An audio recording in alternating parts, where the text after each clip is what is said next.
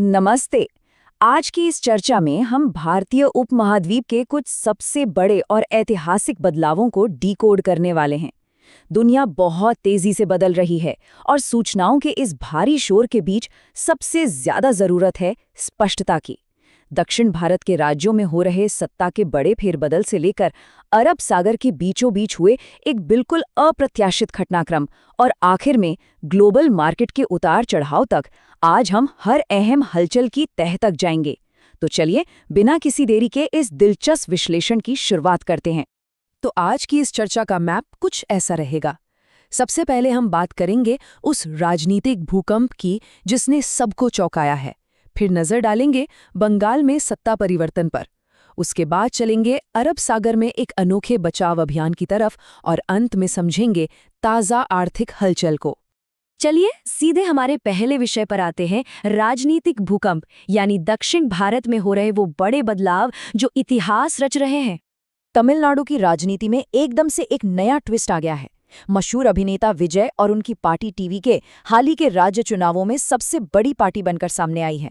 मतलब silver screen की चमक से लेकर सीधे सत्ता के केंद्र तक का ये सफर, ये साफ दिखाता है कि वोटर अब पुराने ढर्रे से हटकर पूरी तरह से नए विकल्पों को आजमाने के मूड में है। अब इस नई एंट्री से पुराने समीकरण कैसे हिल गए हैं, जरा वो देखिए।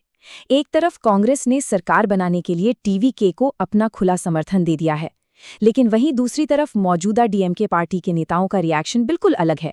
उन्होंने कांग्रेस के इस कदम को सीधे सीधे पीठ में छुरा घोंपना कह दिया है।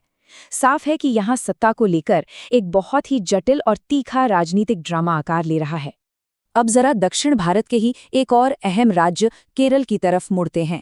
यहाँ वामपंथी मोर्चे ने सत्ता गंवा दी है और ध्यान रहे ये कोई आम हार जीत नहीं है। इसके साथ ही केरल में दशकों से चला आ रहा कम्युनिस्ट शासन खत्म हो गया है। जो राज्य कभी कम्युनिस्ट विचारधारा का सबसे मजबूत और अभेद्य किला माना जाता था, उसका राजनीतिक नक्शा अब पूरी तरह बदल चुका है। शून्य, जी हाँ, जीरो, ये सिर्फ एक नंबर नहीं है, बल्कि आज की भारतीय राजनीति की एक बहुत बड़ी सच्चाई है। केरल के इन ऐतिहासिक नतीजों के बाद आज भारत में एक भी ऐसा राज्य नहीं बचा है जहां वामपंथी सरकार सत्ता में हो। दशकों तक देश के कई हिस्सों में अपना दबदबा रखने वाली इस विचारधारा का राज्य स्तर की सत्ता से यूं बाहर हो जाना सच में एक बहुत बड़ा वैचारिक शिफ्ट है।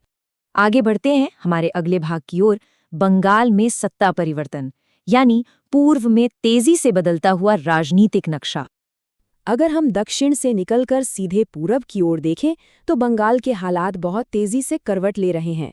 चुनाव के तुरंत बाद आ रही ताज़ा रिपोर्टों पर गौर करें तो संकेत मिल रहे हैं कि पश्चिम बंगाल में भाजपा जल्द ही सरकार बना सकती है।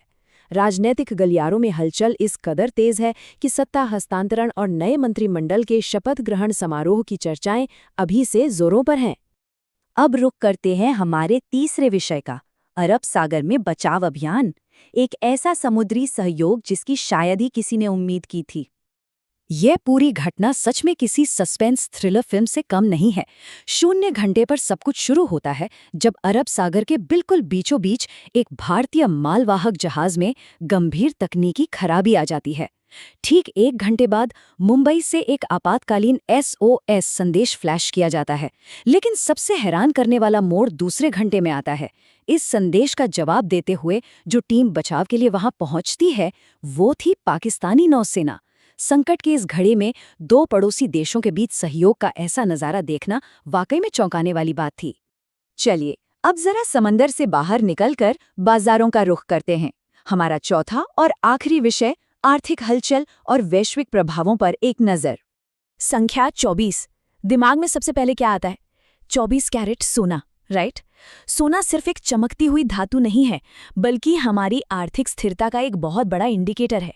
हाल ही में जो गिरावट देखी गई थी, उसके बाद आज के ताज़ा आंकड़ों के मुताबिक भारत में सोने की कीमतों में एक बार फिर से भारी उछाल दर्ज किया गया है और बाजार का ये जंप हमें एक बहुत बड़ी कहानी बता रहा है।